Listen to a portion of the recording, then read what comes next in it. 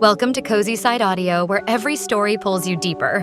If you like the thrill, the mystery, and the chase, like, share, and subscribe before the next clue disappears. Cozy Side Audio presents The Sound Beneath, Chapter 1. The Listening Station. The wind carried the scent of salt and pine through the open window of the research trailer. Inside, Dr. Evelyn Shaw leaned over a bank of monitors, the soft glow of green spectrograms reflecting off her glasses. The ocean outside stretched endless and gray, the kind of morning when sky and sea blurred into a single living thing. The hum of equipment filled the silence. At the rhythmic tick of the data logger, the faint whir of the hydrophone array recorder looping in real time, the buzz of fluorescent lights that had needed replacing for weeks. Evelyn took a slow sip of coffee gone lukewarm hours ago. She had been awake since 4, tuning into the undersea frequencies off the coast of Lubeck, Maine, a lattice of hydrophones anchored along the Gulf of Maine shelf break, one of the most studied feeding grounds for North Atlantic right whales. The network, built by the Gulf Monitoring Consortium, streamed continuous acoustic data through a submerged fiber link. Every few seconds, the software plotted waves of color on the screen, converting the deep ocean into something she could read like a heartbeat. A faint upward sweep appeared in the middle band, short, clean, around 100 hertz. Her eyes narrowed. An up call. She adjusted the gain and isolated the signal. It was distinct, a contact call, the right whale's version of a greeting. She zoomed in on the trace, examining the frequency modulation and duration textbook signature. She logged it immediately. Hydrophone 4C, timestamp 5 hours 37 minutes and 22 seconds. Single up call, likely solitary adult. Then she marked it on the digital map, pinned with colored dots, each representing a detected individual from the past week. One more voice in the water. Outside, fog crawled across the rocky shoreline, swallowing the gulls' cries. The world was waking slowly, but here in the trailer, Evelyn already felt deep in the day, or perhaps outside of it entirely. The work didn't keep time the way people did. The whales moved by tides, by instinct, by invisible patterns of plankton blooms and currents. She moved by their schedule, listening for them as if keeping vigil for ghosts. The door creaked open behind her. "Please tell me you've at least eaten something," said Thomas Rivera, her research partner. He carried a thermos and a paper bag that smelled faintly of egg and pepper. His dark hair stuck up from the humidity. "Coffee counts," Evelyn said without turning. "It doesn't, not in any civilized world." He set the bag beside her keyboard. "Spectrograms again?" "Up calls," she murmured. "Hydrophone 4, right on the slope. Might be the same adult from last week." Thomas leaned over her shoulder, squinting at the display. "Could be. Or another transient moving through. The background noise is a nightmare, though. You can barely tell what's whale and what's propeller." Evelyn nodded. The spectrogram shimmered with interference, long vertical streaks from distant cargo ships. Faint tapping from lobster trap buoys knocking in the current. The Gulf of Maine was a cathedral of sound, but its hymns were constantly drowned out. They had once run an experiment comparing hydrophone recordings from the 1950s to today's. The difference was staggering, a 40-fold increase in low-frequency noise. The whales had to call louder to be heard. Some had stopped calling altogether. She typed a note into the log. "High vessel interference, estimated 85 dB, recheck 9 o'clock. Then she finally opened the paper bag. Inside were 2 breakfast burritos, one already missing a bite. Thomas grinned unapologetically. "Fieldwork tax," he said. "Right," Evelyn replied, biting into hers anyway. "And you wonder why our funding's always short." The small joke lightened the air for a moment. They'd been working together for nearly 5 years. First as postdocs, now as senior researchers under the NOAA grant that funded the Coastal Acoustic Monitoring Project. The project's mission was simple in words, brutal in practice. Track the presence, migration, and calving behavior of Eubulina glacialis, the North Atlantic right whale, one of the rarest large mammals on the planet. Fewer than 350 remained. Of those, fewer than 70 were breeding females. Every week, Evelyn reminded herself of that number. She didn't do it to despair, she did it to stay honest. By mid-morning, the fog began to lift, revealing the quiet harbor below the bluff. Their small research vessel, Selkie, rocked gently at its mooring, its white hull streaked with salt. A pair of gulls perched on the radar dome, squabbling. The tide was pulling out, leaving ribbons of seaweed along the mudflats. It was the kind of fragile calm that coastal people learn not to trust a lull before the next weather change or the next budget meeting. Tomas was reading the latest NOAA report from his tablet. Shipping collisions up again, he said grimly. 3 confirmed mortalities this season. One was a juvenile male they found propeller scars near Cape Cod Bay. Evelyn closed her eyes briefly. The image came unbidden. A black body washed ashore, the smooth skin slashed in crescents. Right whales traveled slowly, surfacing often. Exactly the traits that made them so easy to hit. Even the newest ship speed regulations weren't enough. They say the crew didn't even see it. Tomas added softly. How could they? From the bridge of a tanker, the ocean looks flat. Evelyn nodded again. There was no villain in it, not really, just scale and indifference, 2 things the human world had mastered. At 11, she ran the automatic classifier again. The algorithm sifted through the previous night's recordings, marking potential whale calls in yellow. Most were false positives, mooring creaks, fin whale pulses, or trawler engines. But a few looked genuine. She played one through the speakers. The room filled with a low, resonant whoop, rising gently, then fading. Another followed, higher, softer. Pair interaction, Thomas guessed. Maybe, Evelyn said. Could be mother and calf if we're lucky. Location's shallow, closer to the bay entrance. That got his attention. No confirmed calves this season yet, right? Not one, she said quietly, but it's early. January births usually migrate north by now. Some might be late. She scribbled notes in her field journal reel paper, though most data live digitally now. She liked the ritual of ink on the page, the small act of permanence in a world that washed everything away. At noon, they powered down the main recorder for maintenance. The building fell into a rare silence. Evelyn stretched, then walked outside into the blinding gray light. The air tasted of brine and wood smoke from a distant chimney. From the edge of the bluff, she could see the vast sweep of ocean to the horizon.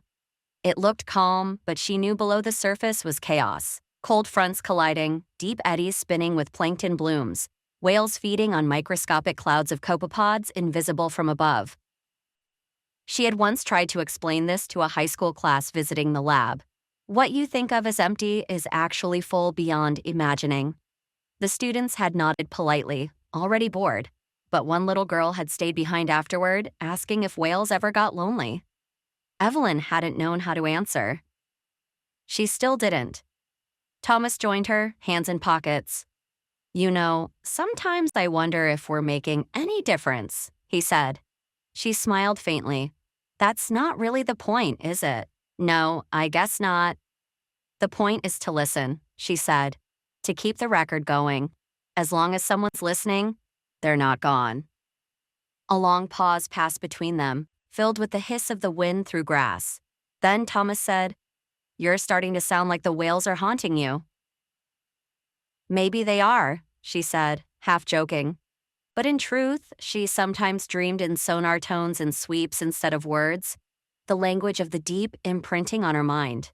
By afternoon, the data stream resumed and she fell back into rhythm. Every few minutes, she marked another faint call, another whisper from miles away. Each detection was a reminder.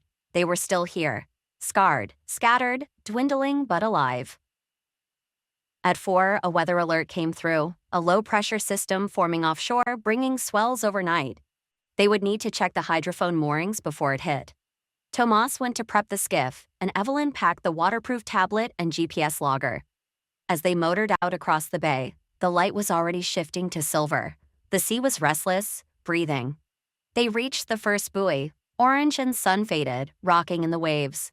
Thomas hooked the retrieval line while Evelyn downloaded the data packet through a waterproof connection. The readings were clean, no drift, no corruption, just hours of sound, steady and relentless. The sea recorded itself. Looks good, she said, securing the cap again. They moved to the next site, repeating the process. At each station, Evelyn felt a strange affection for the hardware, these small human intrusions quietly bearing witness beneath the surface. When they finished, dusk had settled, turning the horizon violet. They cut the engine and drifted for a moment. The water lapped against the hull in slow, uneven rhythms. Evelyn dropped a hydrophone overboard and put on the headphones. Instantly, the world shifted. The air's noise disappeared, replaced by the low thrum of the deep. Faint moans echoed somewhere distant the calls of fin whales, maybe humpbacks farther out. She listened harder, filtering through the tapestry of sound. Then she heard it again. That gentle ascending note, unmistakable and solitary. An up-call. Her pulse quickened. She recorded a timestamp. Same location. She whispered to Thomas, "Hydrophone 6, it's moving north." He grinned. "Still out there?" She didn't answer. She was listening. The call came again, softer this time, then vanished into the hum. In the vastness of the Atlantic, somewhere beyond sight, a single whale had spoken. One of a few hundred left on the entire planet, sending its fragile greeting into the dark. Evelyn closed her eyes and listened until the batteries ran low and the stars began to come out. When they returned to shore, she logged the data, saved the files, and backed them up twice. Then she sat for a while in the darkened trailer, the sea outside whispering against the rocks. Her life had become a cycle of signals and silences, of listening for what most people never noticed was missing.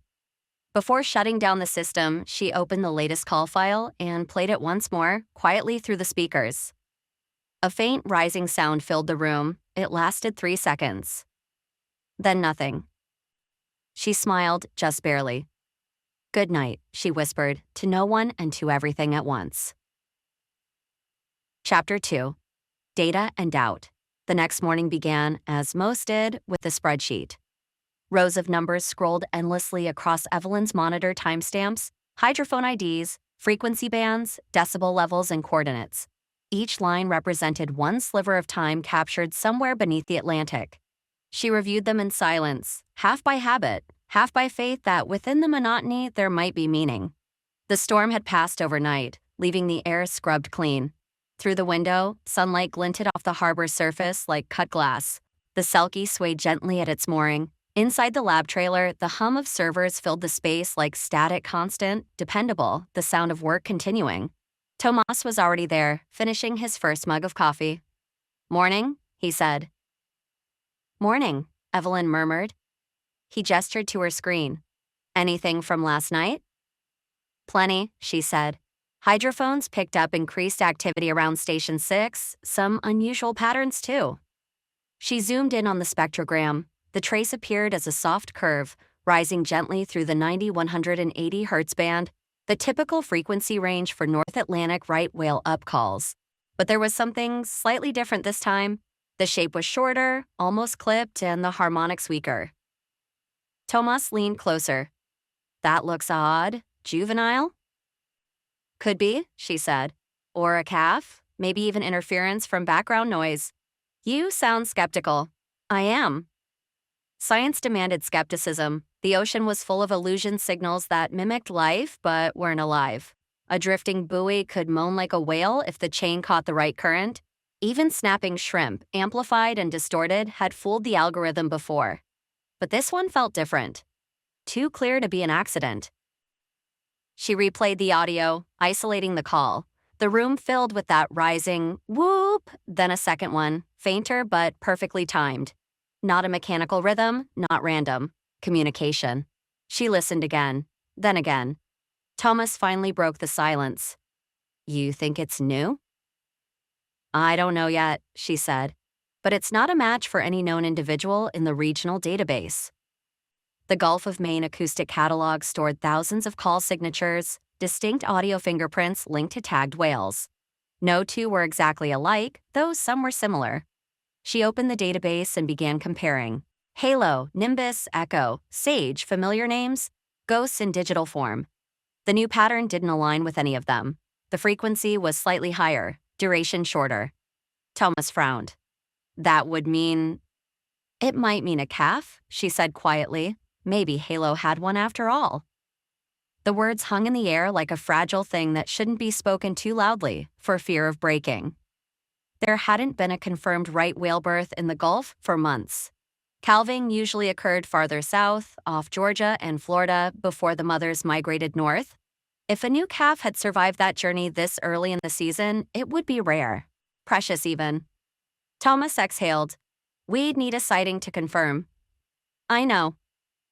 And a permit to even think about approaching them. Also no. Evelyn clicked through more data, pretending to focus. But a flicker of hope, the dangerous kind, had already begun to rise in her chest. By mid-morning, she was knee-deep in verification protocols. Every possible explanation had to be ruled out before they could even mention the word calf in an email. She ran the call through 4 different classification algorithms, each tuned to separate signal from noise. The results were consistent. Probability of right whale call, 94%. Probability of juvenile, 68%. Statistically significant, but not definitive. Thomas watched as she cross-checked hydrophone locations. If it's real, he said, it's moving north-northeast, following the shelf edge. Toward the Bay of Fundy, Evelyn said. Same migration corridor as the others. That route was both a blessing and a curse, rich feeding grounds, but crisscrossed with shipping lanes and fishing gear. She had seen the maps. Bright red zones of danger overlaying the whale's ancient blue paths. The radio crackled suddenly with a call from their colleague down the coast. This is Ainsley from the Lubeck Array, the voice said through static, picking up the same call pattern on our system, about 12 miles south of you. Evelyn straightened. Timestamp? Between 3:17 and 4:02 this morning. That matches our data, she said. 2 separate detections, hours apart, on different hydrophones. That was promising. The signal wasn't an artifact, it was traveling. She thanked Ainsley and logged the report in the shared NOAA portal. Tomas grinned. Looks like our ghost sings louder than we thought. Evelyn allowed herself a small smile. Let's not start celebrating. It could still be Halo alone.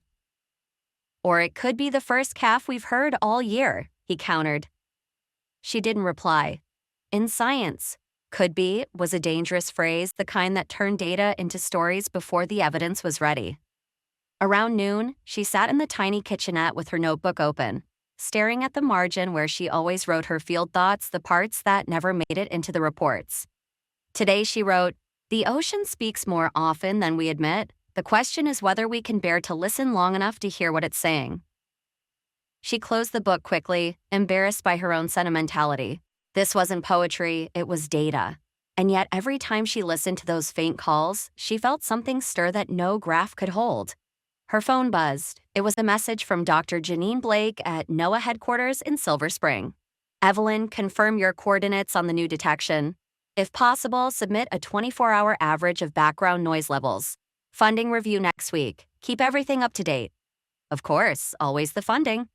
Every discovery came with a shadow of paperwork. Evelyn sighed and began pulling the necessary reports. The grant renewal depended on measurable progress, documented detections, not just theories. But how did one measure the significance of a sound? How did you prove a voice mattered? By mid-afternoon, she'd uploaded the required files and sent a brief note to Blake. Preliminary analysis suggests possible new individual. Will verify via additional hydrophones and regional network confirmation. She reread it twice before hitting send, making sure every word sounded appropriately cautious. Hope had to be filtered like noise. Later, Thomas brought in a crate of hydrophone batteries from the shed. We'll need to redeploy before the weekend, he said. Storm churn messed with the southern line. Evelyn nodded absently. She was still running signal correlation tests.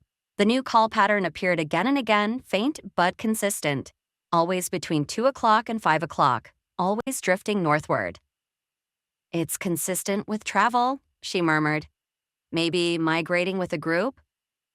Could be a mother and calf pair staying on the shelf. The calf's call might be masked by hers. She played both recordings together, layering the 2 frequencies. The result was haunting. A duet of rising notes, one low and steady, one higher and brief, like echoes calling across distance. Tomas rubbed his chin. You think she's teaching it to call? It's instinct, mostly, Evelyn said. But there's learning too. They listen to each other. She paused, then added softly, we all do. The recording ended. Silence filled the room, the kind that made you aware of your own heartbeat. Then Evelyn said, we need visual confirmation. Thomas looked at her, knowing what that meant. We'll need a permit. I'll start the process. That night, after Thomas left, Evelyn stayed late in the trailer. The room was lit only by the blue glow of monitors. Outside, the tide was rising, slapping gently against the rocks. She stared at the acoustic waveform on the screen, a single curved line, elegant as handwriting. For hours, she annotated and cross-referenced, her fingers moving automatically while her mind drifted. She thought of Halo, the old female they'd tracked for years. Halo had lost her last calf to a ship strike 2 seasons ago, found dead off the Virginia coast, rope scars and propeller cuts etched deep into her flank. Evelyn had helped write the necropsy report. Cause of death, blunt force trauma. It had read like an obituary stripped of grief. And yet now, here was this new sound, rising faintly from the depths. Could it be her again, daring to try once more? Evelyn didn't let herself believe it fully. Belief was dangerous. But the thought lingered all the same. She turned down the speakers and listened to the faint background hum, the sound of the sea translated into electricity. The ocean never truly went silent.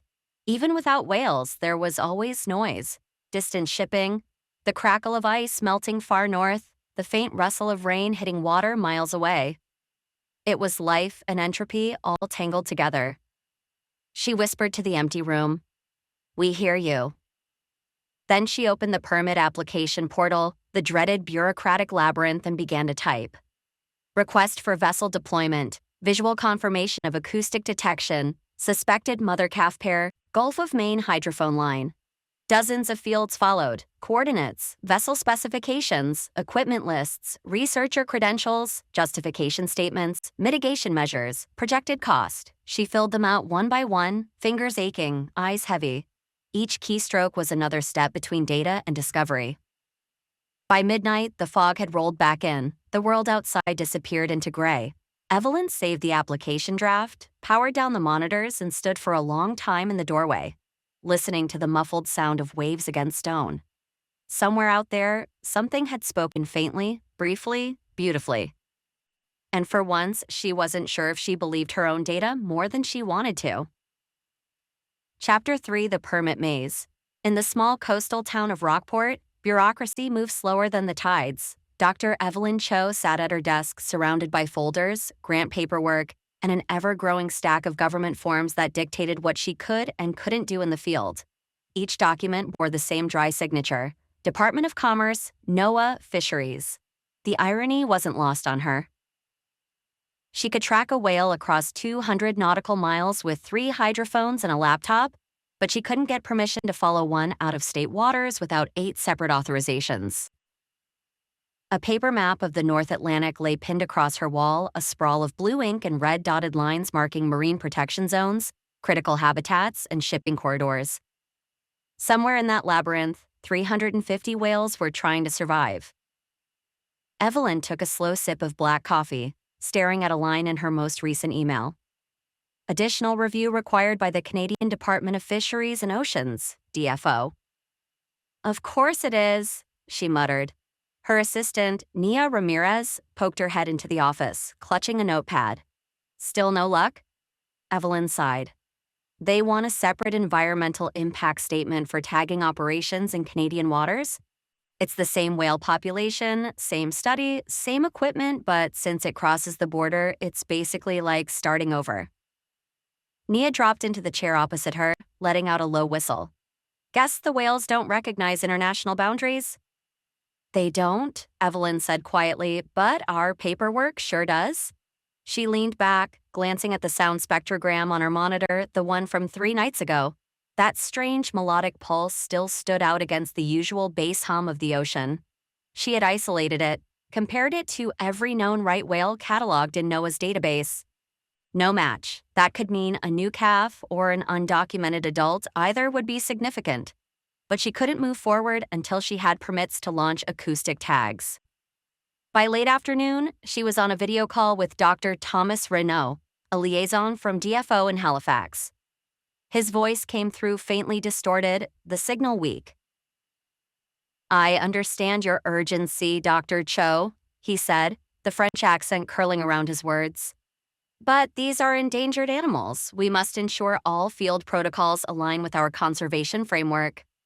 Evelyn bit back her frustration. I am the framework, Thomas. We're not out there to disturb them. We just need proximity authorization to confirm the new call. That's it. He adjusted his glasses, clearly uncomfortable. You know as well as I do, even a small research vessel can affect whale behavior. There are protocols for a reason.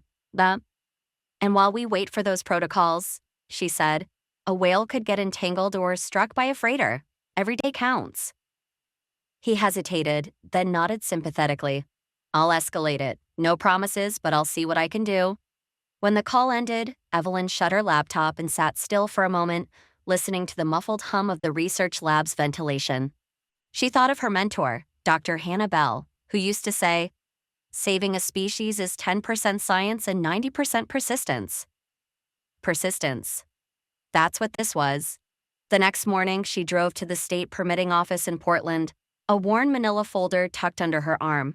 The office was in a repurposed post office building that smelled faintly of old paper and damp wool. Inside, a clerk named Janet, who had likely been processing forms since the Reagan era, peered at Evelyn over the counter. Tagging authorization for Eubelina glacialis, Janet read aloud, her tone dry. That's the right whale, correct? Yes. Janet flipped through the pages slowly, the pace of someone who had never felt the urgency of extinction. You'll need to add the secondary vessel identification on Form C-18, and you're missing the observer coverage plan. I submitted that electronically 2 weeks ago, Evelyn said. Then the system probably didn't link it. Best to print a copy. The database resets on Fridays. Evelyn smiled, but it didn't reach her eyes. Of course it does. As she left, she caught sight of the harbor beyond the glass doors. A cargo ship was sliding into port. Towering over the lobster boats, she imagined a whale surfacing in its path, unseen beneath the steel hull, the silent, slow tragedy repeating year after year. That night, Evelyn returned to her station. The lab lights glowed pale against the dark windows, and the hydrophone feed murmured through her headphones. The sea was restless, distant ship noise, crackling shrimp beds, the low moan of shifting currents. Then, faintly, she heard it again. That pattern. The same one from before. She clicked record and leaned closer, heart hammering. 3 slow calls, then silence, then 2 more. It was structured, deliberate. She marked the coordinates. Somewhere off the coast of Penobscot Bay, something alive was calling something she wasn't yet allowed to chase. Evelyn exhaled, the frustration replaced by something steadier, colder. Resolve. Fine, she whispered to herself. We'll get through the maze. Because that's what the job was, not just listening to whales, but listening for them through the noise of policy, paperwork, and indifference. And if she had to navigate every form, every permit, every delay, she would. After all, the whales didn't have time to wait, so she couldn't afford to stop. Chapter 4, Into the Bay. The permit came through on a gray morning that smelled of salt and diesel. Evelyn printed the confirmation and read it twice before letting herself believe it. 3 weeks of delays, phone calls, and signatures, and now, finally, clearance granted. Outside, the Selkie rocked against the dock, ropes creaking under the wind. She wasn't much to look at 35 feet of scarred fiberglass, streaked with salt and rust. But to Evelyn and her team, she was everything. A floating laboratory, a listening post, and sometimes a home. By the time they loaded the last of the acoustic buoys, the sky had sunk into a flat pewter gray. Fog hung low over the harbor, swallowing sound. The gulls circled silently above, their wings ghostly in the haze. Nia was at the stern, coiling lines. Visibility's less than a quarter mile, she said. Feels like we're heading into nothing. That's the Bay of Fundy, Evelyn replied, tightening the straps on the waterproof cases. Always feels like the edge of the world. The engine rumbled to life, a low, steady growl that vibrated through the deck plates. As the Selkie slipped past the breakwater, the coastline disappeared behind a curtain of mist. Out here, even the horizon was gone. The bay was restless that day, the kind of chop that made coffee cups slide and stomachs tighten. Evelyn stood at the helm, eyes flicking between the radar screen and the fog-thick sea. Every few minutes, she checked the hydrophone readout, waiting for the soft ping of a live signal. They stopped 10 nautical miles out, above a depth contour known as the gully, where right whales sometimes fed on copepods that rose in dense, invisible clouds. "Let's drop it here," Evelyn said. The crew moved like clockwork. Nia and her deckhand Malcolm hoisted the buoy a bright orange orb the size of a beach ball over the rail. The winch groaned as they lowered the hydrophone line, 100 meters of cable sinking into the dark below. When the buoy settled, Evelyn clipped the receiver cable into her laptop and adjusted the gain. For a long time, there was nothing, just static and the low hiss of the ocean's endless motion. Then came the sound she'd been waiting for. A long, resonant moan, followed by 2 short pulses. Then another, lower tone. Her fingers trembled. "There it is," she whispered. Nia leaned over her shoulder. "That's a right whale, isn't it?" Evelyn nodded, recording the waveform. "It's Halo. I'd know that call anywhere." The room went still, except for the steady ticking of the instruments. Halo catalog number 3501, known female, first identified in 2008 by the distinctive white scar curving across her fluke. She'd lost 2 calves in the last 6 years, both struck by container ships off the Carolinas. Most whales didn't come back after that kind of loss, but Halo had. "Could she be?" Nia started, hesitant. "Maybe," Evelyn said softly. "We'll see soon enough." They motored toward the signal's estimated location. The fog thickened, wrapping the boat in gray cotton. It was the kind of quiet that pressed into your chest. Malcolm cut the engine to idle. The Selkie drifted. Evelyn raised her binoculars, scanning the water. The surface rippled with soft waves, dull and metallic under the clouded light. Then, without warning, a fluke broke the surface. Enormous and dark, it arced gracefully before disappearing again, a movement both heavy and impossibly smooth. "There," Nia shouted. Evelyn's heart thudded. "Mark the GPS," she called. "Latitude 44.9, longitude 66.2. She snapped a burst of photos, zooming in on the fluke pattern. The white scar gleamed faintly beneath the spray. It was her. Halo. Lachar. Evelyn lowered the camera and just watched.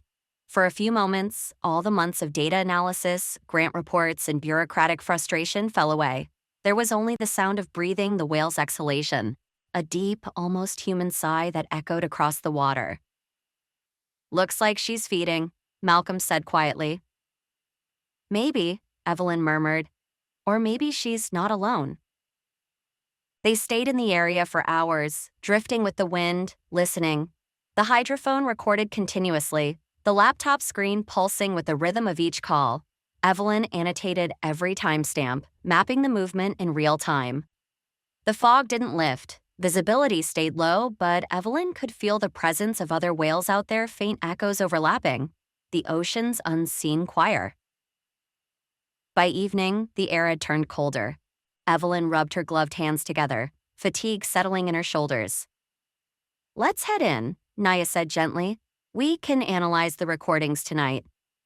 Evelyn hesitated, glancing once more at the gray expanse around them. 5 more minutes. She put her headphones back on, closing her eyes. The sea murmured softly in her ears. Then there it was again. A second voice. Higher, shorter, unfamiliar. Her pulse quickened. A calf's call. It was faint, uncertain like a question. She hit record, marking the time. When she looked up, the fog seemed lighter, as if the sound itself had thinned it. She couldn't see Halo anymore, but she didn't need to. She knew what she'd heard. She turned to Nia, voice barely above a whisper. It's not just her. That night, back at the harbor, Evelyn uploaded the data, cross-referencing call frequencies against known patterns. 2 distinct signatures, 1 adult, 1 juvenile. If it was Halo and a calf, it would be the first confirmed birth of the season. But she didn't send out the report yet, not yet. Instead, she sat in the darkened lab, listening to the playback again and again. The calls were soft, rhythmic, uncertain, the sound of life clinging to a fragile edge.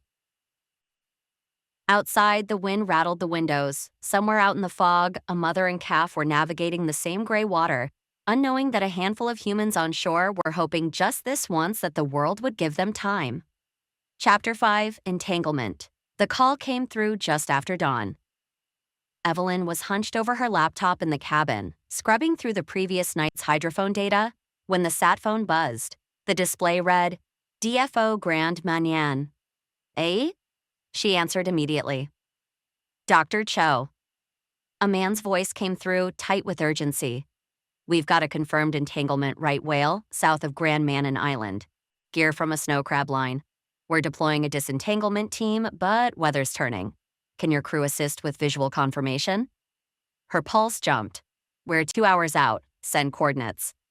Copy, marked as critical. We can't tell yet if it's Halo. The line went dead. Evelyn looked up at Nia, who had already heard enough to start moving. Let's get the Selkie ready. By the time they cleared the harbor, the wind had shifted east, dragging a cold mist off the open water. The sea was rough, not dangerous, but enough to throw the small vessel into a steady roll that made every movement deliberate. Nia clipped her safety harness onto the rail. How far? 30 nautical miles, Evelyn said, her voice barely audible over the engine. We'll rendezvous with the DFO team near the shoals. Malcolm, already soaked from sea spray, adjusted the heading. We should be there by mid-morning if this weather holds. It didn't. By the time the coordinates came into range, the sky had turned the color of lead. Fine sheets of rain swept across the deck, and the wind carried a low moan through the rigging. The Selkie pushed through the chop, the bows slamming down hard with each wave. Visual contact, Evelyn called. Nia scanned the horizon through binoculars, wiping water from the lenses. Nothing yet. Wait, hold on. A dark shape surfaced about 300 meters ahead, not large enough for a ship, too smooth for debris. Then a blow, a sharp, misty exhalation against the gray. There.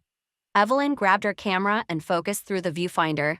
The whale's back broke the surface, trailing what looked like a cluster of floating lines. Red and yellow buoys bobbed around it, jerking erratically as the animal tried to dive. She felt her stomach drop. Confirmed entanglement. They slowed to a crawl, keeping distance 100 meters, then 70. Evelyn lifted her binoculars, studying the injuries. The ropes cut deep into the whale's peduncle, the narrow part just before the tail. Each movement tightened the grip. Blood swirled faintly in the wake, pink against gray-green water. Nia's voice was quiet. Is that Halo? Evelyn hesitated. I don't know. Too far to tell. We'll need a clearer fluke photo. She snapped image after image as the DFO rescue vessel approached a larger, rigid hull inflatable with marine animal response painted across the side. 2 rescuers in orange suits stood on deck, hauling specialized poles and cutting gear. Selkie, this is DFO Response Team Alpha, came a voice over the radio. We're taking point. Maintain a 100-meter buffer unless instructed otherwise. Understood, Evelyn replied. We're standing by for documentation. She watched as the disentanglement team maneuvered closer, careful not to startle the whale. The process was slow, methodical, every movement calculated to reduce stress on the animal. The lead rescuer extended a 30-foot pole tipped with a small blade, trying to hook one of the trailing lines. Each time they got close, the whale rolled, dragging the gear down again. Lines buried deep, one of them said into the radio. We can't see the trailing end. Might be wrapped around the pectoral. The rain intensified, blurring everything. Evelyn could hear the strain in the voices over the radio, the hum of the boat's engine, and faintly the whale's breath, ragged and uneven. She's fighting to stay up, Nia murmured. God, look at those cuts. Evelyn gripped the rail, jaw tight. Keep filming, every second matters. An hour passed. The rescuers managed to cut one trailing rope free, but several others remained embedded. The whale thrashed once, sending a wave of spray across both vessels. Back off, someone shouted over the radio. She's sounding. The massive tail rose high, a deep sweeping motion, then vanished beneath the surface. Evelyn watched the sonar screen, depth increasing rapidly, 50 meters, 70, then nothing. They waited and waited. She's not coming back up, Nia whispered. She will, Evelyn said, but her voice lacked conviction. After 5 minutes, the whale surfaced again farther away this time, still dragging lines, She blew once, weakly, then turned north, heading into open water. "She's leaving the area," came the radio call. "We can't pursue in this weather, marking as partial disentanglement. We'll reattempt if sighted again." Evelyn's throat tightened. She wanted to shout, to argue, to chase, but she knew the rules. You didn't pursue an exhausted whale into worsening seas. The odds of doing more harm than good were too high. "Understood," she said quietly. By late afternoon, the Selkie followed the rescue boat back toward the coast. The wind had eased, but the air was heavy with defeat. Nia finally spoke. "We don't even know if that was Halo." Evelyn stared at the camera in her lap. The last frame she'd taken showed the fluke blurred by rain and distance, but just visible enough to show a faint curve of white scar tissue. "It was her," she said softly. They fell silent. The engine droned on, a steady heartbeat against the empty horizon. That evening, Evelyn uploaded the footage and filed the report. She documented the injuries, deep, linear lacerations consistent with snow crab gear, partial rope removal, unknown prognosis. She sent copies to NOAA, DFO, and the Atlantic Large Whale Disentanglement Network. When the final email left her outbox, she leaned back in her chair and closed her eyes. The sound of the rain against the windows blended with the echo of the whale's breath still lodged in her mind. It was the same every year, another entanglement, another wound, another life hanging in balance. Each time she told herself she could stay detached, that this was just data, but it never was. Her mentor's words returned to her. "We're not here to save them all, Evelyn. We're here so someone notices when they're gone." She opened the latest hydrophone file, not expecting much, just background noise, maybe a passing call, but then, faintly, beneath the static, a familiar pattern. 3 long tones, a pause, 2 short ones. "Halo, still alive." Evelyn let out a shaky breath, eyes fixed on the screen. The fight wasn't over, not yet. Chapter 6. The Calf. 4 days after the entanglement, the sea went still. The wind that had tormented the Bay of Fundy for a week died overnight, leaving behind a glassy calm that seemed impossible after so much noise and motion. Even the gulls were quiet. Evelyn stood at the bow of the Selkie, scanning the flat water through binoculars. The horizon stretched in every direction like a sheet of silver. The hydrophone buoy floated a few hundred meters astern, a bright orange dot against the expanse. "She's out there," Evelyn said, half to herself. Nia, seated on the cooler with her tablet, looked up. "You sure it's Halo?" Evelyn nodded toward the laptop beside her. On the screen, a spectrogram traced out the familiar low moans, 3 long, 2 short. Same call structure, same amplitude range. It's her. "After all that," Nia said softly. "After all that," Evelyn echoed. They motored north, following the strongest returns from the acoustic array. The air was damp and cool, the light a dull wash that turned the water pewter gray. Every half hour, Evelyn marked a new position, trying to triangulate Halo's movement. At 11:23 a.m., the first blow appeared. "Port side," Malcolm shouted from the bow. Evelyn swung her binoculars around. There she was, a dark shape surfacing slowly, her broad back gleaming wet in the faint sun. Then another, smaller shadow beside her. Evelyn froze. It was smaller by half, surfacing clumsily, almost in rhythm. The blow was shorter, higher pitched, followed by a tiny tail flick before vanishing again. "Oh my God," Nia whispered. "That's a calf." Evelyn's throat tightened. "Get the camera, now!" They shut the engine down to minimize disturbance and drifted in silence. The mother-calf pair surfaced again, about 80 meters off the bow. The calf rolled against Halo's side, its body a lighter gray. Skin still creased from birth folds.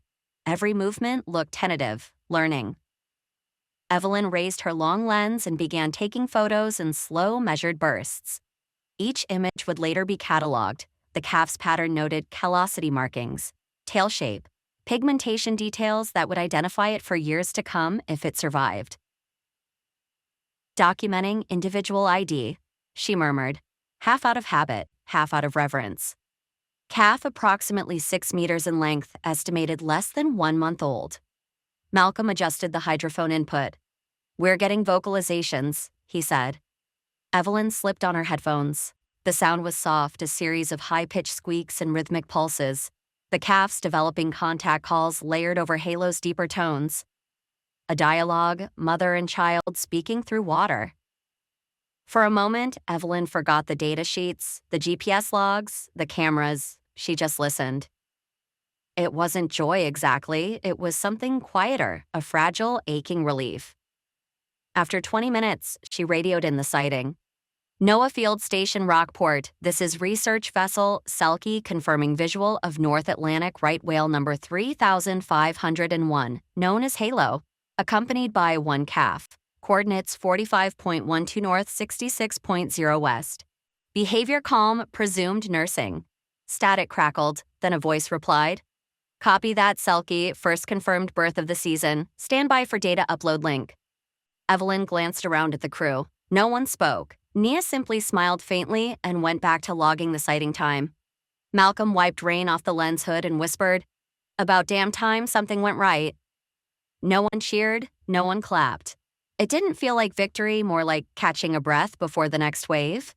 Evelyn looked out at the two whales again. The calf surfaced beside Halo, awkward and earnest, breathing in little huffs. Every few minutes, it dipped below her side, rubbing its body against her flank. The tenderness of it, something so massive, yet so precise, struck Evelyn in a way nothing else could. By protocol, they kept their distance. No closer than 100 meters, engine off, drift only. The Selkie's instruments recorded everything GPS coordinates, dive durations, surface intervals, water temperature. Temperature's 10.4 Celsius, Naya said, checking the probe. Good for feeding zones. She's moving slow, classic mother-calf pattern. Copy that, Evelyn said, jotting notes. When the pair dove again, Evelyn stared at the patch of water where they'd been, the sea closing like nothing had disturbed it. She'd seen hundreds of dives before, but this one felt different not just because of what it meant, but because of how much could still go wrong. That evening, the lab on shore buzzed with subdued excitement. The images came through clear. Halo's distinct fluke scar and the calf beside her, smaller but unmistakable. Evelyn uploaded the photos to the North Atlantic right whale catalog, attaching metadata and behavioral notes. Individual, 3501, Halo, accompanied by neonate. Date, May 14th. Status, alive. Documented nursing behavior. It was the first new entry in months. Later, when the others turned in, Evelyn stayed behind. The Selkie rocked gently at the dock, the sea murmuring below. She listened to the day's audio logs. Halo's deep calls paired with the calf's small, uncertain replies. It was easy to romanticize moments like this, she knew. Easy to believe that every new life meant recovery, that birth outweighed loss. But the data didn't lie.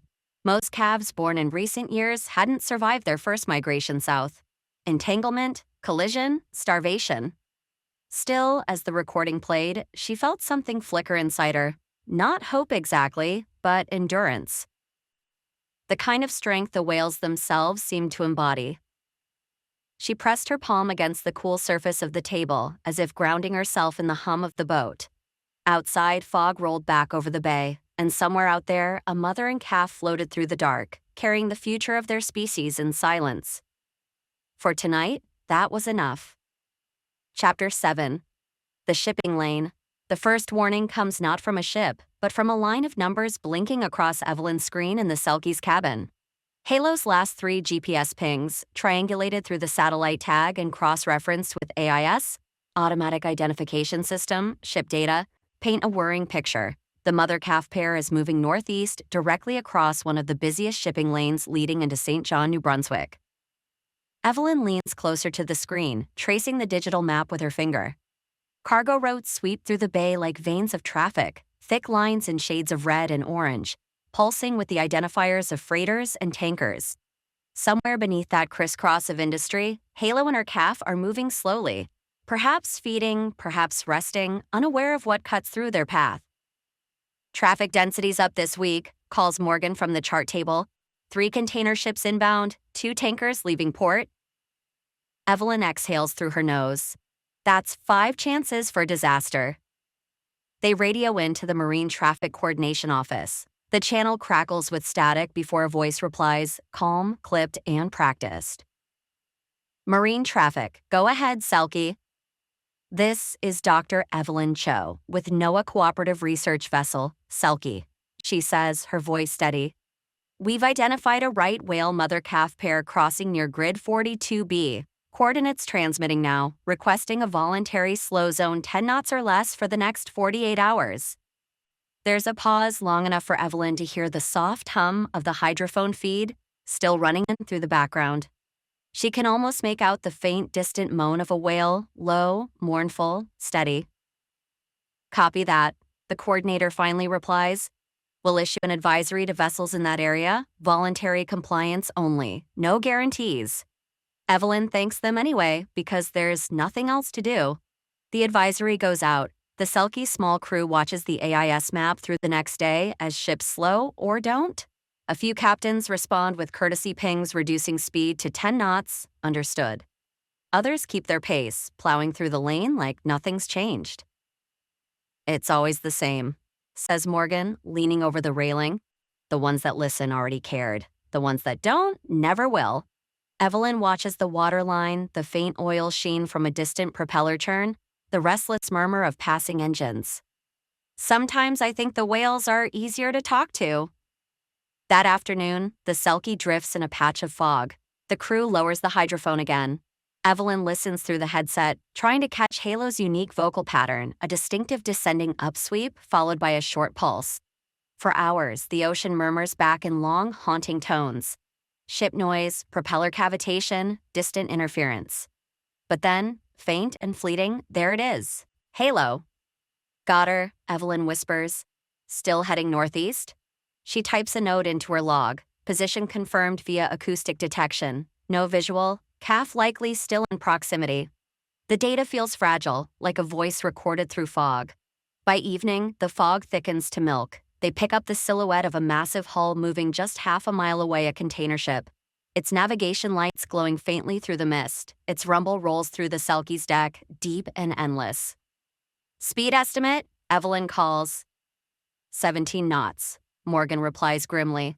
Evelyn grabs the radio again, switching to the emergency frequency.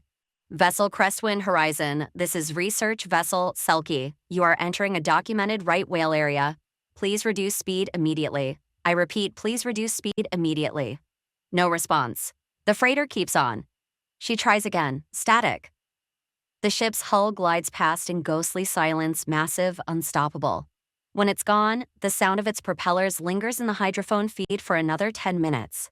Evelyn sits back in her chair, headset still on, hands clasped tight around her knees. That night, the crew anchors in calmer waters. The data recorder hums beside her bunk as Evelyn logs the day's events. Her entry reads more like a confession than a report. We requested a slow zone, minimal compliance. Observed one vessel exceeding 17 knots within critical habitat zone. Halo still transmitting. Calf presumed alive. Every sound of that ship felt like a heartbeat stopping. She shuts the laptop, closes her eyes, and listens again to the hydrophone's soft background. Somewhere beneath it all, through the layers of noise, industrial hum, the restless wind, the static pulse of the ocean, she thinks she hears Halo's voice again, faint but insistent, a low moan that cuts through everything else. Maybe it's her imagination, maybe it's proof of persistence. Out here, they often sound the same. Focus notes, scientific context. Ship strike mitigation. Temporary slow zones or dynamic management areas are real tools used by NOAA and Transport Canada to reduce risk to whales. Compliance is typically voluntary and enforcement limited. AIS tracking. Ships continuously transmit GPS and identification data through the automatic identification system, allowing researchers to monitor vessel speed and proximity to whale habitat. Acoustic detection. Hydrophones can identify individual whales based on unique call signatures, helping scientists track movement patterns even when the visual sightings aren't possible. Chapter 8. The silence returns. The first morning without Halo's call feels like an accident. Evelyn replays the overnight recordings 3 times before admitting what the data already says: nothing. Not a moan, not a chirp, not even the faint background harmonics that sometimes hum beneath the Bay of Fundy's gray surface. Just silence. The hydrophone file for 0400 UTC is 6 hours of static and distant engine noise. No biological traces. The algorithms she wrote to flag right whale calls return empty results. Could be the fog, Morgan says, setting a mug of instant coffee beside her. Sound doesn't travel the same when the air's heavy. Evelyn nods but doesn't answer. She keeps scrolling through the spectrograms on her laptop, waves of color that should bloom in blues and reds, where whale songs ripple through the ocean. Instead, the graph looks like a dead heartbeat, flat and gray. She adjusts the gain, the filters, the noise reduction. Nothing. For the next 2 days, they search. The Selkie traces slow circles across the bay, its engines barely idling. Evelyn watches through binoculars until her eyes sting. Every distant patch of shadow on the water seems like it could be a fluke, or a dorsal ridge, or a mother and calf surfacing to breathe. But they are all just illusions, waves, fog, and gulls. She logs the absence, every hour, every grid coordinate, every silence. 0940, no visual contact. 1125, hydrophone recording negative detection. 1452, partial ship noise, possible false positive. 1843, sea state 3, wind ESE, no whales.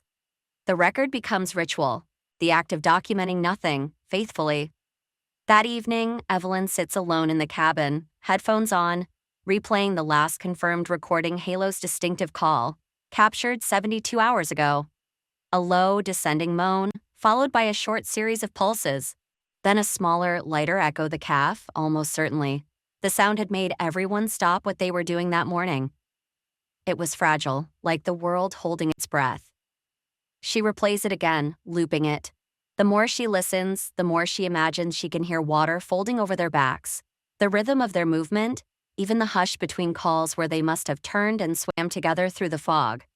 Now, all that's left of them is this digital trace, a waveform stored in a directory labeled June_recordings, a record of life that might already be gone. By day 4, even Morgan's optimism fades. Could have just gone deeper, he says, though his voice lacks conviction. Or north, maybe they're already halfway to Roseway Basin. Evelyn nods. Maybe. She knows Halo's history, the photo IDs, the scars from earlier entanglements, the records of calves that never survived. Halo has been through too much. For her to lose another would almost make sense in the cruel arithmetic of conservation. At night, Evelyn writes in her field log, "Sometimes I think the ocean teaches detachment by repetition. The silence after a call, the empty horizon after a fluke, the absence after presence. It's not cruelty, it's endurance." They dock in Digby for supplies. The town feels two still tourists walking the boardwalk, eating fried clams, taking pictures of the water without knowing what's under it. Evelyn catches snippets of conversation at the Harbor Cafe. Someone mentions seeing a whale from the ferry last week. Another says it was probably one of those humpbacks. No one mentions right whales. Back aboard the Selkie, she checks her messages. NOAA has logged Halo's last confirmed position. They've requested an update, any sign, any acoustic detection. Evelyn types back, no detections since 0300 hours, June 12th, continuing survey. Then deletes it, rewrites it, and sends the same words again. By the 6th day, the wind picks up, driving small whitecaps across the bay. Evelyn lowers the hydrophone one more time, its long black cable unspooling into the gray water. The crew goes quiet. There's a reverence in that act, as if listening could conjure something back from the depths. Static hums. Then faint rumbles from a distant freighter. Then nothing. Evelyn takes off her headphones, sets them on the console, and leans against the bulkhead. Morgan approaches, hesitating. "We can't keep circling forever," he says. She doesn't answer. She's staring at the readout, the live spectrogram scrolling across the screen like an ECG of the sea itself. "There's nothing left to hear," he adds gently. Evelyn's voice comes out quiet. "There's always something left. It's just quieter than we want it to be." That night, she dreams of sound. In her sleep, the ocean hums with life, dozens of calls overlapping. Mothers and calves answering one another through the deep. In the dream, she's standing on deck as a shape surfaces beside the Selkie. Halo, her skin scarred but alive, her calf tucked against her side. They breathe in sync. The world feels full again. Then she wakes to the low hiss of wind against the hull. And the silence. Back in her bunk, she finds her old field notes pages from a lecture years ago under her mentor, Dr. Patel. The handwriting is neat, meticulous. One quote is circled 3 times. Conservation is the art of losing slowly. She remembers him saying it aloud in that dim classroom, the smell of salt in the air through the open windows. She hadn't understood it then how devotion to something vanishing doesn't make the loss easier, only slower, more deliberate. Now she does. She copies the line into her digital journal before powering down the laptop. The Selkie rocks gently under the evening tide. Outside, the fog presses close against the windows. Evelyn listens anyway, out of habit, out of hope. The sea answers only with its breathing, the soft hiss of waves against the hull, the pulse of unseen currents, the ghost of sound beneath everything. Field notes, scientific context. Acoustic monitoring, right whale presence is often confirmed through hydrophones, detecting characteristic upcalls, contact calls between individuals. Absence of calls can indicate migration, behavioral change, or mortality. Data interpretation. Scientists must distinguish whale calls from anthropogenic, human-made noise, such as shipping, sonar, and weather effects on sound propagation. Field ethics. Even when no whales are found, documenting absence is vital. Negative data establishes baseline patterns and aids conservation planning. Emotional reality. Many marine biologists describe monitoring silence as one of the hardest parts of long-term conservation, listening daily for voices that may never return. Evelyn closes her notebook at last and turns off the deck lights. In the darkness, the hydrophone still hums softly in the background, a line cast into an ocean that no longer answers. And yet she keeps it running. Because silence, too, is data. Because not hearing them doesn't mean they're gone. Because every act of listening, however futile, is a way of saying they mattered. Chapter 9. Northward Drift. By the time the fog finally thins, the Bay of Fundy feels emptied out as if the sea itself is exhaling after holding too much grief. For days, the Selkie had drifted through silence. Then, one morning, Evelyn wakes to the faint hum of the hydrophone and knows before even looking at the readout that something has changed. There's sound again. Not Halo's call, not the descending upsweep she's memorized, but several overlapping frequencies, scattered and layered like threads of light woven through the deep. Each one distinct, each one alive. She sits up, presses her headphones tight, and listens. A complex chorus of contact calls and foraging clicks, rising and fading through the static. Her eyes sting. For the first time in over a week, the ocean speaks back. Multiple individuals, she says, voice low, almost reverent. At least 4, maybe 5. Morgan glances up from his bunk. So they're moving north? Looks that way, Evelyn murmurs. The Scotian shelf, maybe following the copod bloom. By mid-morning, they set course east-northeast. The Selkie's small diesel engine hums beneath their feet as they leave the bay behind and enter deeper water. The horizon widens. The world flattens into gray sky and darker gray sea. The air smells of salt and rain, wind scatters spray over the bow. Evelyn leans against the railing, scanning the waterline through binoculars. Marine life is stirring again. A burst of herring gulls dives over a patch of turbulence, a good sign. Below that, she knows there will be plankton, and where there's plankton, there may be whales. The Selkie rocks gently as they cross into the edges of the Scotian shelf. Here, cold, nutrient-rich water wells upward, driven by the Gulf Stream's shifting edge. It's one of the last strong feeding grounds left for right whales in summer. Sea surface temp dropped 2 degrees, Morgan reports. Good conditions for Calanus bloom. Evelyn nods. That's the hope.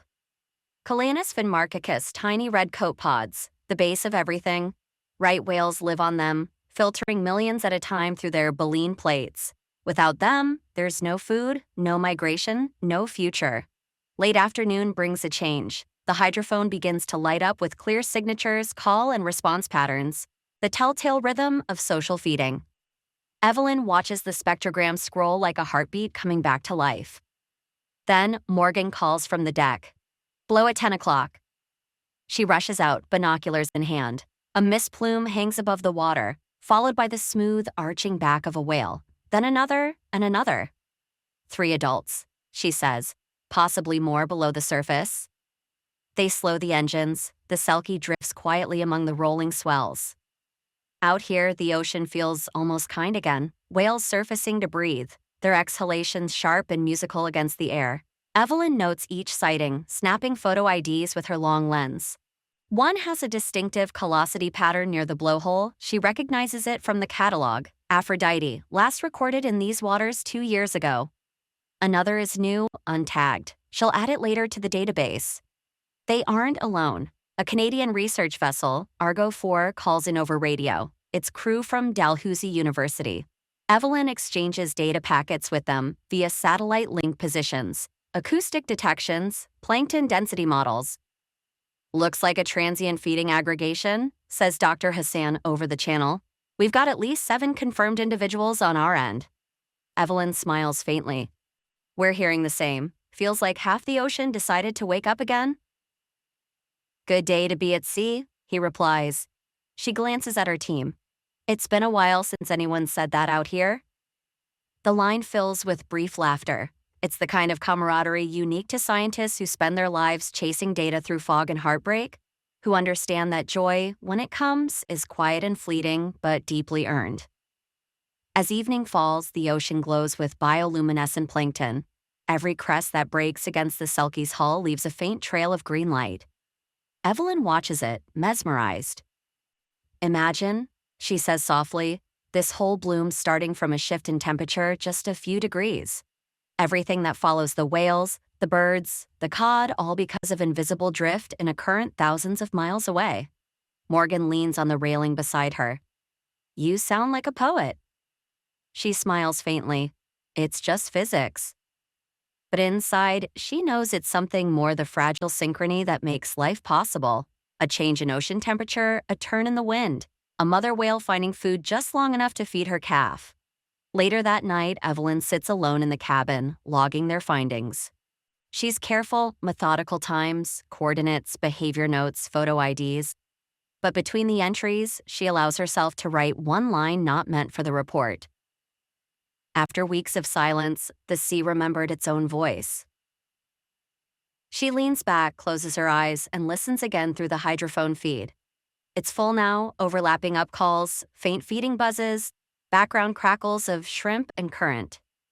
And somewhere within it, she thinks she hears a familiar tone, not halo perhaps, but another female with a calf. She checks the frequencies twice. It's possible. It's always possible. She doesn't mark it in the data. She just listens.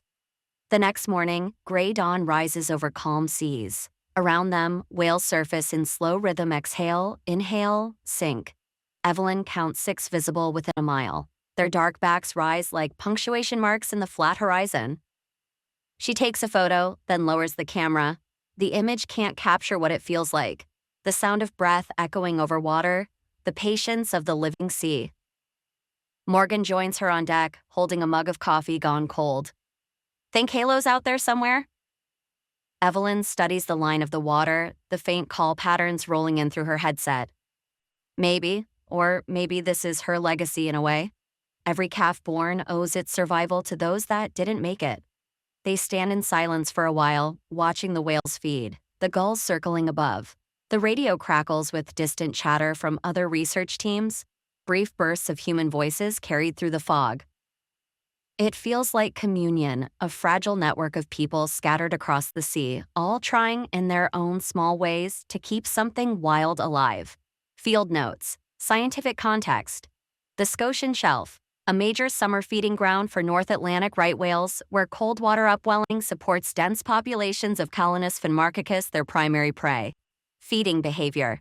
Right whales use a technique called skim feeding, moving slowly with open mouths through dense copepod patches near the surface. Acoustic monitoring during feeding often detects social calls and gunshot sounds. Interagency coordination. U.S. and Canadian teams collaborate through the North Atlantic Right Whale Consortium to share data on sightings, acoustic detections, and prey density.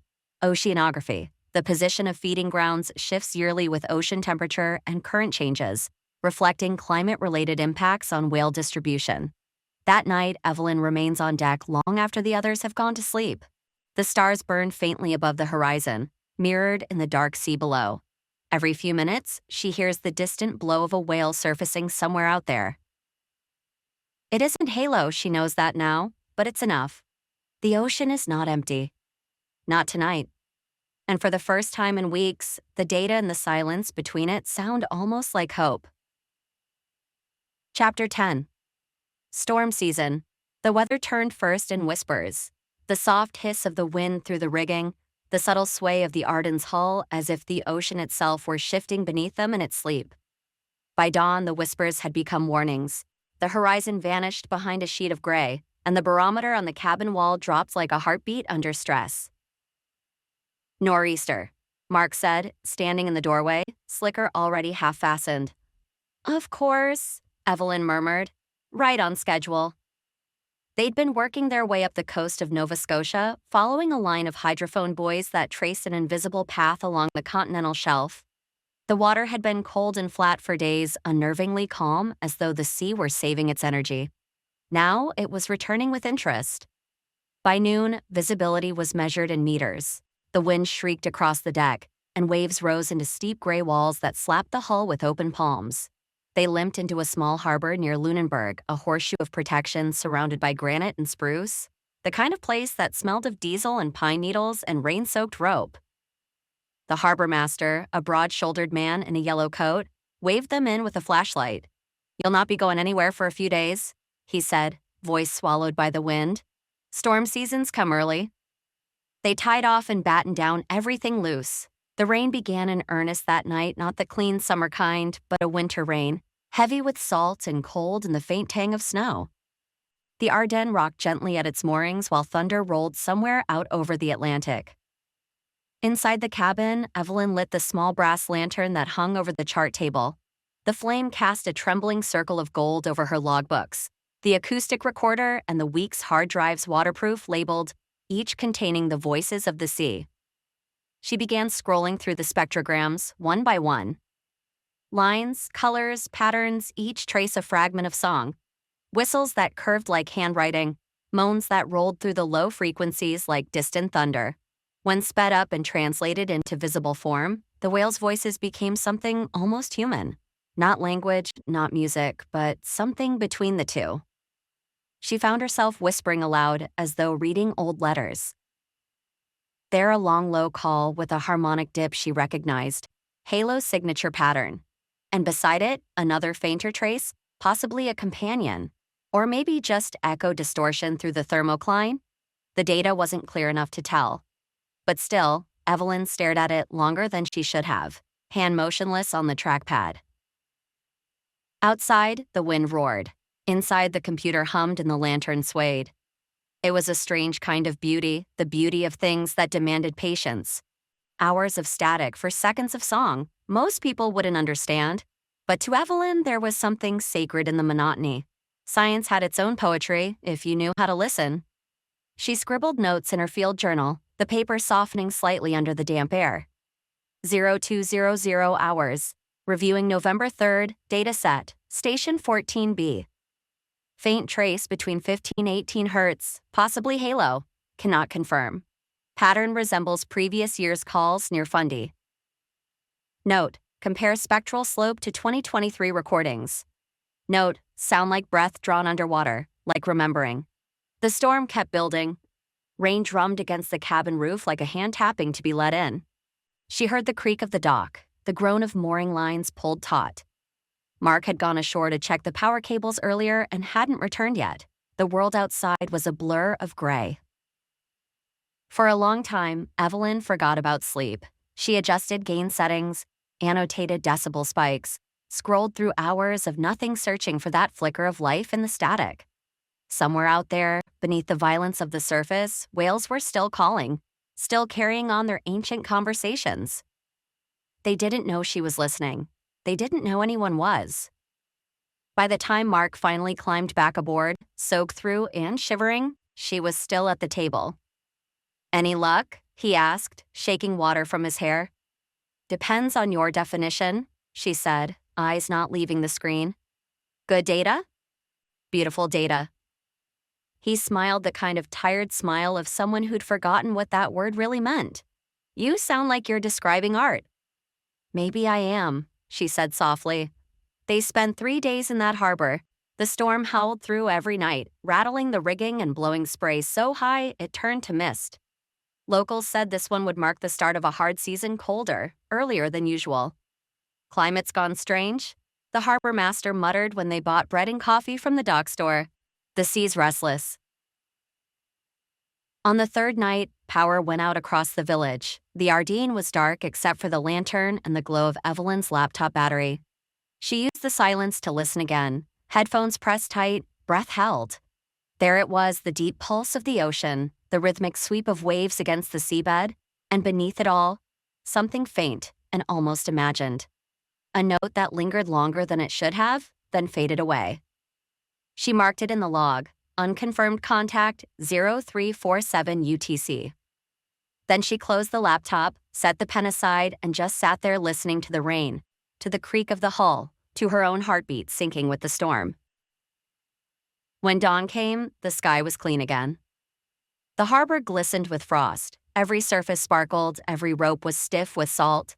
Steam rose off the sea as sunlight cut through the mist, and for a moment it felt like waking up inside a dream. They went out to check the buoys that afternoon. The sea was calmer now, almost gentle, though swells still rose like sleeping breaths. Evelyn leaned over the rail and watched their reflection distort in the water's dark glass. The ocean was endless and unknowable, yet here she was, mapping its whispers. "Ready to head north again?" Mark asked. Evelyn nodded, eyes on the horizon. "Yes, the season's turning. We follow the wind." As they motored out, she made one last note in her journal. "Sometimes the data sings. Not loudly, never loudly, but enough to remind you the world is still alive." Chapter 11, The Report. The Ardeen docked in Boston in the pale light of a November morning. The city skyline was softened by mist, the air sharp with the smell of cold diesel and seawater. Evelyn stood at the rail as cranes swung above the harbor, gulls crying in the gray air. The voyage was over, but her work, the real work, was only beginning. The lab felt almost foreign after months at sea. The polished floors, the hum of fluorescent lights, the coffee machine burbling in the corner, all of it too stable, too certain. The ocean had moved beneath her every day. She had grown used to instability, to the slow breathing of the waves under her feet. Now the silence of the lab felt heavier than the storm. She unpacked the hard drives first. There were 12 in total, each labeled with neat handwriting, NS1A, NS2B, Bay of Fundy drift array, and so on.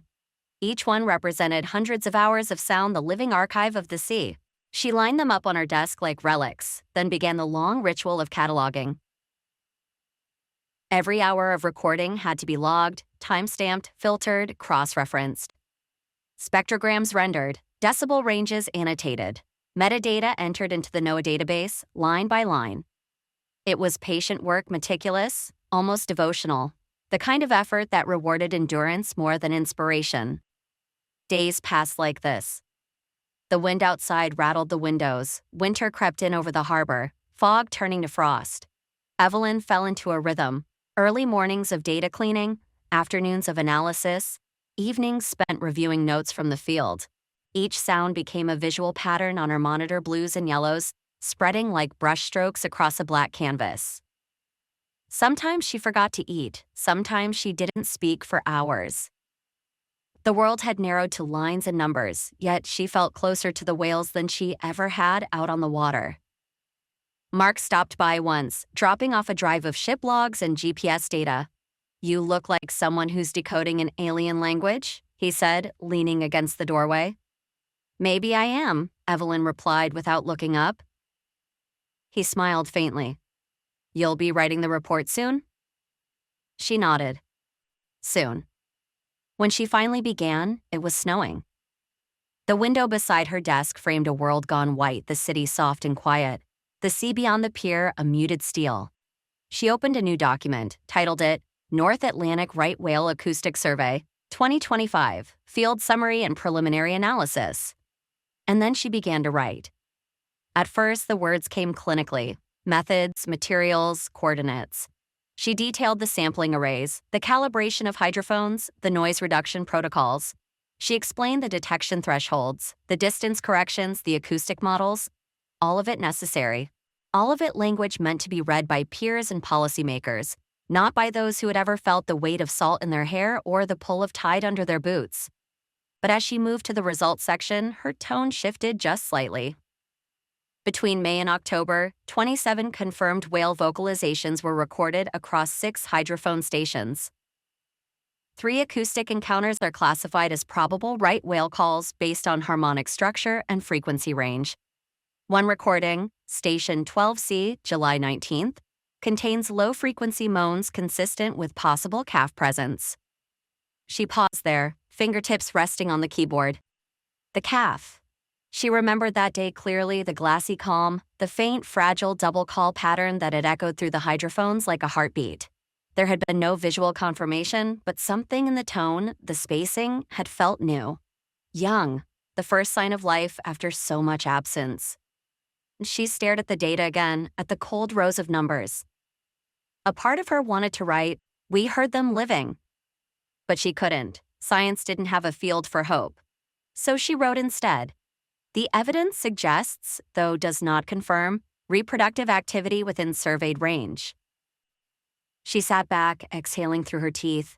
The language was careful, cautious, scrubbed of feeling, but still, beneath the words, she could feel the pulse of it, the quiet victory. The report stretched on for pages, tables of detections, maps of migratory corridors, statistical confidence intervals, the rhythmic, bureaucratic poetry of research. She double-checked everything, then printed a draft copy pages warm from the printer, the ink still slightly tacky under her fingers. When she reached the conclusion, she hesitated for a long time before typing the final paragraph. Though long-term survival trends remain uncertain, the data affirms the ongoing acoustic presence of North Atlantic right whales across traditional feeding grounds. Each detection represents a continuation evidence of persistence despite environmental and anthropogenic stressors. Continued monitoring is imperative. Absence of evidence must not be mistaken for evidence of absence. She read it back slowly. Then again. The phrasing was dry, but she could hear the undercurrent, the plea beneath the statistics. It wasn't about saving them. She knew that now. Science could measure, record, infer. It could not rescue. Her job wasn't salvation, it was remembrance. By the time she signed her name and the date Evelyn Hart, NOAA Acoustic Division, November 29, 2025, her eyes were burning. Outside, the snow kept falling. That night, she stayed late in the lab. Most of the other scientists had gone home for the holiday weekend, leaving the building hushed and echoing. She made a cup of coffee that went cold before she drank it, then walked the length of the hallway to the server room. Inside, machines hummed like a low mechanical tide. She slipped the backup drive into the archive array and watched the progress bar fill. As the files uploaded, terabytes of sound, thousands of hours of oceanic breath, she imagined some future researcher opening these same files 50 years from now, seeing her name on the metadata. Would they know what these whales had sounded like? Would they still be there to hear? For a moment, she felt it, that hollow ache between knowing and loss. The same feeling that had haunted her since she first began listening. The data was the only proof that any of it had been real. She took her journal from her bag and wrote by hand. The sounds we collect are ghosts already. But even ghosts can speak if someone keeps the record. When the upload finished, she turned off the lights. The server's blue LEDs blinked in the dark like stars, a constellation of memory. She stood there for a while, listening to the whir of fans, steady, relentless, eternal. Then she whispered, almost to herself, "Let them be heard." And she left. Chapter 12. The hearing. The email came in at 6:42 a.m. Subject: Maritime Safety Board. Invitation to testify. Proposed seasonal speed limits. North Atlantic Right Whale Corridor, Bay of Fundy, and Gulf of Maine. Evelyn read it twice, coffee cooling beside her keyboard. The formal phrasing made it sound procedural, but she understood what it meant. After years of data, field reports, and ignored warnings, someone had finally decided to listen if only for a few minutes. She clicked accept. The hearing was held virtually. On the day of, Evelyn sat in her office at NOAA's regional center, her laptop propped on a stack of journals to bring the camera to eye level. The backdrop was unremarkable: a whiteboard with tide charts, a corkboard of maps dotted with red pins, and a hydrophone schematic taped near the window. Outside, February light slanted through the blinds, thin and colorless.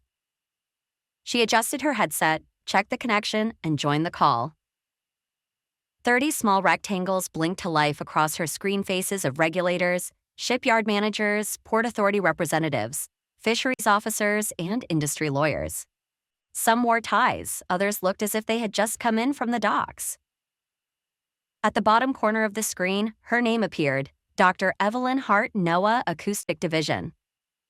The chairperson, a woman in her 60s with wire-rimmed glasses, cleared her throat. Thank you all for joining. Today's session concerns proposed seasonal speed restrictions across right whale migration corridors. We'll begin with expert testimony. Dr. Hart, please proceed. Evelyn's heart thudded once, sharp and deep. She glanced at her notes, a single page handwritten in blue ink. Then she looked directly into the camera. Thank you for allowing me to speak. Her voice was quiet but even. For the past 7 months, my team and I have conducted continuous acoustic monitoring from the Gulf of Maine to the Scotian Shelf. Our data confirms that North Atlantic right whales are still using these traditional feeding and migratory routes. She paused to let that sink in. A few faces leaned forward, others checked their phones. She continued, sliding a page of printed graphs into view. We recorded 27 confirmed calls, including one probable calf vocalization near Grand Manan in July. That's the first such detection in this region in over a year. A lawyer from a major shipping consortium unmuted. With respect, Dr. Hart, the population's decline has been ongoing for decades. Slowing vessels might reduce risk, yes, but it'll also bottleneck traffic. We're talking millions in losses per quarter. Evelyn kept her voice steady. A single collision can kill an adult whale instantly. They don't always surface fast enough to be seen, especially in low visibility. These are 70-ton animals, and yet most deaths we record are blunt force trauma from ships exceeding 12 knots. Another man spoke, a fisheries lobbyist, judging by his logoed jacket. You're suggesting the burden falls entirely on commerce. Ships already adhere to voluntary guidance. They do, Evelyn said.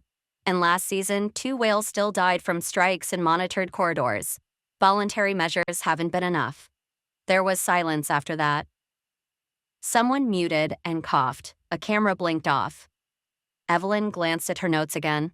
Her next line wasn't in the script. She hesitated, then said it anyway. There are approximately 340 North Atlantic right whales left on the planet, she said quietly. If one dies this season, that's nearly 0.5% gone. Her words hung in the air. No graphs, no percentages, no formal phrasing could soften that arithmetic. I understand the economic concerns, she went on, but these restrictions aren't abstract. They're survival thresholds. The whales can't move the shipping lanes. We can. The chairperson nodded slightly. Dr. Hart, could you summarize your formal recommendation for the record? Evelyn glanced at her paper, but she didn't need to read it. Mandatory seasonal speed limits of 10 knots or less across known migratory corridors from April through September. Real-time acoustic monitoring to update zones dynamically. Increased enforcement. Continued collaboration with maritime operators to improve compliance. She exhaled. That's all. The chair thanked her and moved on. A man from the Atlantic Shipping Alliance presented a cost model: next tonnage delays, fuel estimates, lost revenue.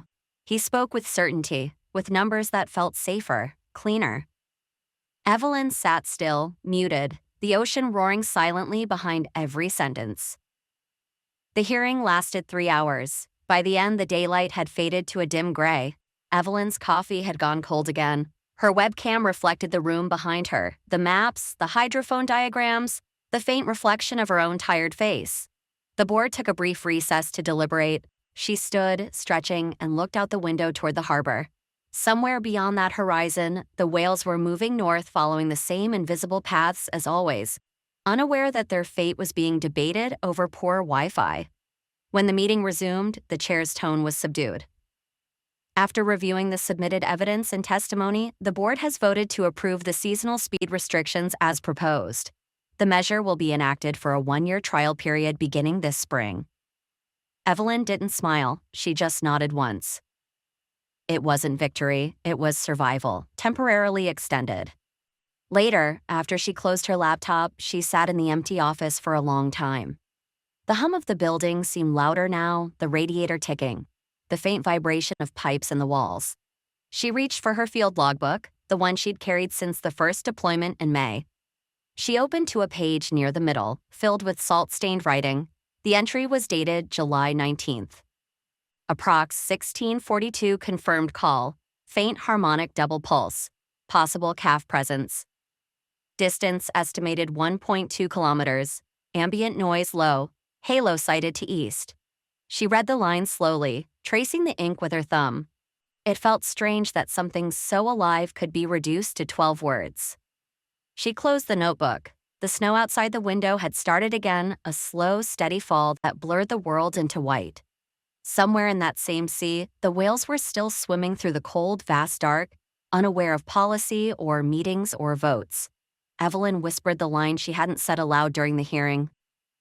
They deserve more than our permission to exist. Then she switched off the light and left the room. Chapter 13. The Sound Beneath. Spring returned quietly. It always did along the Maine coast, not with fanfare or warmth, but in small, almost imperceptible shifts. The ice receded from the harbor pilings. The gulls began to circle higher in the sky. The sea changed color, darkening from winter's slate to something with a hint of green beneath it, as if the ocean itself remembered how to breathe again. Evelyn moved through the weeks like someone reacquainting herself with gravity. Her body still swayed sometimes, as if she were aboard the Selkie, her balance subtly tuned to a motion that no longer existed. She missed the rhythm of the water, the way sound traveled through the hull, the small, delicate sounds that filled the space between waves. Most of her days were quiet now. The field season hadn't yet resumed, though the hydrophones she and Mark had anchored months before still transmitted from the seafloor, dutiful as clockwork. Each unit pulsed a low digital heartbeat through the Atlantic, sending packets of data back to the servers in their lab. Evelyn checked the stream every morning. Timestamps, decibel ranges, spectrogram plots, all the same cold lines that had once meant everything. The ocean didn't stop talking. It just didn't always say what she wanted to hear. One evening in late May, she walked down to the shoreline below the lab. The tide was going out, leaving ribbons of eelgrass slick with moonlight. The wind carried the faint metallic scent of salt and thawing earth. She carried her recorder with her, a small handheld model she'd use for surface monitoring. Though tonight she wasn't gathering data, she just wanted to listen the way she had at the beginning, before the reports, before the hearings, and the charts. She crouched near the rocks and held the microphone close to the water. The sound came through her headphones as a low, shifting hum, the resonance of distant surf, the scrape of sand on stone. Nothing identifiable, nothing extraordinary. Still, she recorded. Later that night, back in the lab, she sat alone beneath the soft blue glow of the monitors. The new data batch had arrived, another 6 hours of ocean sound from the Bay of Fundy array. She loaded the file into the spectrogram software, the screen filling with color-faint bands of turquoise and amber against the dark background. Mostly, it was ambient noise, current turbulence, faint engine signatures, the pulse of snapping shrimp near the hydrophone's housing. But around 2 hours, 14 minutes, and 32 seconds, something changed.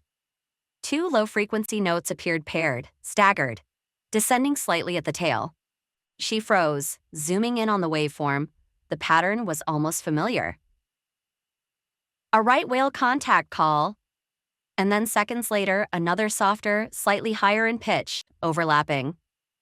Her hand hovered over the mouse. She leaned closer, headphones pressing tight to her ears, heartbeat matching the rhythm of the sound. It wasn't clear enough to confirm. The harmonics were distorted by distance, the signal-to-noise ratio low, but she knew the cadence, the small pause between pulses, the way the second call trailed off like breath. It sounded like halo.